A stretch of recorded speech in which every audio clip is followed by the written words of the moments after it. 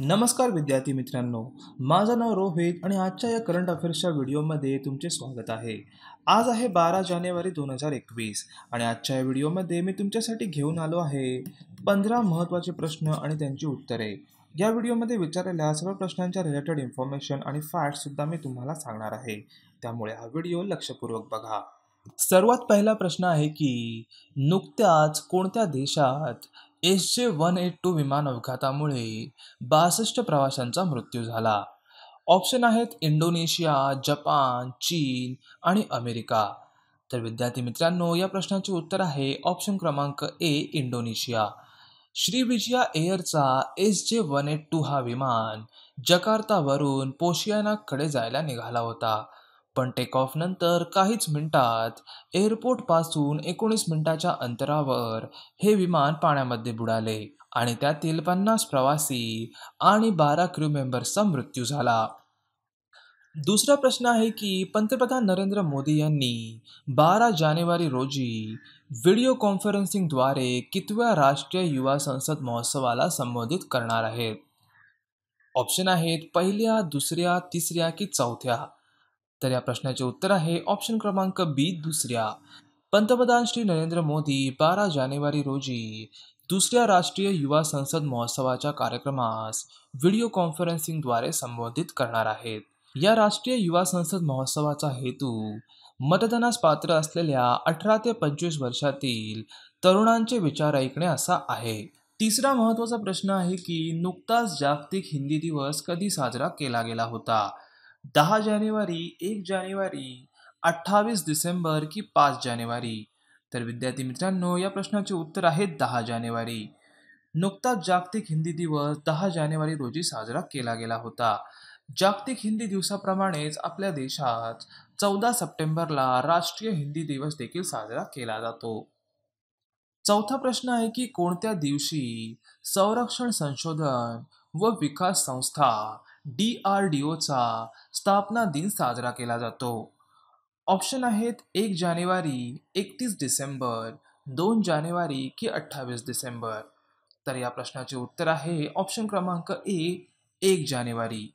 1 जानेवारी 2021 रोजी संरक्षण संशोधन व विकास संस्थेचा 63वा स्थापना दिन साजरा केला गेला होता. या संस्थेची स्थापना 1958 साली झाली होती. पाचवा प्रश्न आहे की अलीकडे कोणत्या राज्य सरकारने सिनेमा हॉलमध्ये 100% सीट ऑक्युपन्सीची परवानगी दिली आहे? ऑप्शन आहेत पश्चिम बंगाल, ओडिशा, कर्नाटक की यांपैकी कोणताही नाही? तर विद्यार्थी मित्रांनो, या प्रश्नाचे उत्तर आहे ऑप्शन क्रमांक ए, पश्चिम बंगाल. सहावा प्रश्न आहे की तमिळनाडूच्या कोइंबतूर येथे नुकत्याच कोणत्या प्रसिद्ध फॅशन डिझायनरचे निधन झाले?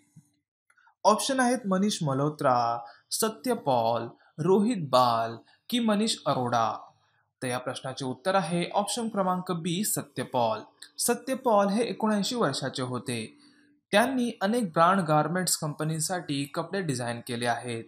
गेल्या महिन्यापासून सत्य पॉल खूप आजारी होते. डिसेंबरमध्ये त्यांना हृदयविकाराचा झटका आला. त्यानंतर त्यांच्यावर उपचार सुरू होते. सातवा प्रश्न आहे की कोणत्या देशाने अलीकडे आपल्या राष्ट्रगीतातील एक शब्द बदलला आहे? ऑप्शन आहेत चीन, ऑस्ट्रेलिया, नेपाळ की जपान? तर या प्रश्नाचे उत्तर आहे ऑप्शन क्रमांक बी, ऑस्ट्रेलिया. नवीन वर्षाच्या आदल्या दिवशी ऑस्ट्रेलियाचे पंतप्रधान स्कॉट मॉरिसन यांनी ऑस्ट्रेलियाच्या राष्ट्रगीताची दुसरी ओळ for we are young and free बदलून for we are one and free केली आहे. आठवा प्रश्न आहे की पुढीलपैकी कोणत्या दिवशी जागतिक ब्रेल दिन साजरा केला जातो? पर्याय आहेत 5 मार्च, 4 जानेवारी, 8 एप्रिल की 2 ऑगस्ट? तर विद्यार्थी मित्रांनो, दरवर्षी जगात 4 जानेवारी रोजी लुई ब्रेलच्या वाढदिवसाच्या स्मरणार्थ ब्रेल दिन साजरा केला जातो. तर या प्रश्नाचे उत्तर आहे ऑप्शन क्रमांक बी, 4 जानेवारी. नववा प्रश्न आहे की अलीकडे जगातील सर्वात श्रीमंत व्यक्ती कोण बनले आहेत? ऑप्शन आहेत Bill Gates, Jeff Bezos, Elon Musk की यांपैकी कोणीही नाही? तर या प्रश्नाचे उत्तर आहे ऑप्शन क्रमांक C, Elon Musk. Elon Musk यांनी अमेझॉनचे फाउंडर जेफ बेझोस यांना मागे टाकून जगातील सर्वात श्रीमंत व्यक्ती बनले आहेत.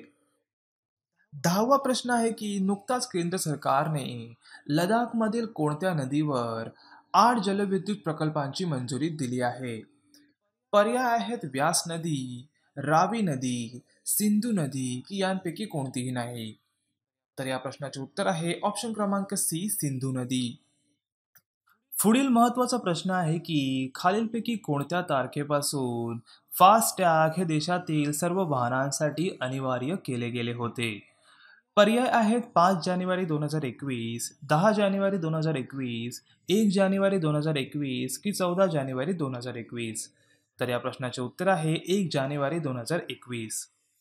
12वा प्रश्न आहे की कोणत्या ठिकाणी भारतातले सर्वोच्च उंचीवर हवामानशास्त्र केंद्र आहे?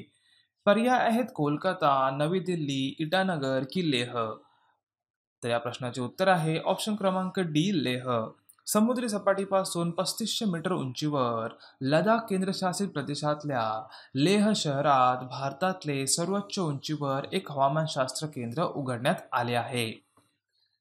13वा प्रश्न आहे की महाराष्ट्राचे पहिले जागतिक दर्जाचे आंतरराष्ट्रीय क्रीडा विद्यापीठ खालीलपैकी कोणत्या शहरात स्थापित केले जाणार आहे? ऑप्शन आहेत नाशिक, पुणे, मुंबई आणि बारामती. तर या प्रश्नाचे उत्तर आहे ऑप्शन क्रमांक बी, पुणे. 14वा प्रश्न आहे की अलीकडेच कोणत्या देशाने फतेह-1 रॉकेट सिस्टमचे यशस्वीरित्या परीक्षण केले आहे? ऑप्शन आहेत अफगाणिस्तान, बांगलादेश, भारत की पाकिस्तान. तर या प्रश्नाचे उत्तर आहे ऑप्शन क्रमांक डी, पाकिस्तान. पाकिस्तानने अलीकडेच फतेह-1 या स्वदेशी रॉकेट सिस्टमची यशस्वी चाचणी केली होती. हा देशी रॉकेट सिस्टम 140 किलोमीटरच्या अंतरापर्यंत लक्ष्य गाठण्यास सक्षम आहे.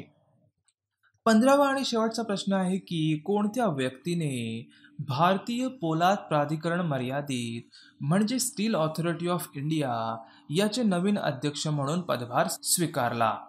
ऑप्शन आहेत सोमा मोंडल, शशांक प्रिया, पुनीत कंसल की हरिनंद राय. तर या प्रश्नाचे उत्तर आहे ऑप्शन क्रमांक ए, सोमा मंडल.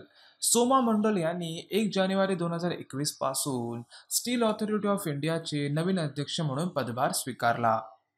क्वेश्चन ऑफ द व्हिडिओमध्ये तुमच्यासाठी आजचा प्रश्न आहे की अलीकडे कोणत्या देशाने फाशीची शिक्षा पूर्णपणे रद्द केली आहे? ऑप्शन आहेत बांगलादेश, पाकिस्तान, कझाकस्तान की फ्रान्स. तुम्हाला जर या प्रश्नाचे उत्तर माहिती असेल तर कमेंट बॉक्समध्ये नक्की सांगा. जर तुम्हाला हा व्हिडिओ आवडला असेल तर तुमच्या स्टडी रिलेटेड व्हॉट्सअप आणि फेसबुक ग्रुपवर नक्की शेअर करा. मित्रांनो, या व्हिडिओमध्ये विचारलेल्या प्रश्नांची PDF फाईलची लिंक तुम्हाला डिस्क्रिप्शन बॉक्समध्ये भेटून जाईल. तिथून तुम्ही डाउनलोड करू शकता. तसेच तुम्ही आमच्या टेलिग्राम चॅनलला सुद्धा जॉईन करू शकता. टेलिग्राम चॅनलची लिंक मी डिस्क्रिप्शन बॉक्समध्ये दिलेली आहे. तर भेटूया अशाच एका करंट अफेअर्सच्या व्हिडिओमध्ये. आमचा हा व्हिडिओ बघितल्याबद्दल धन्यवाद.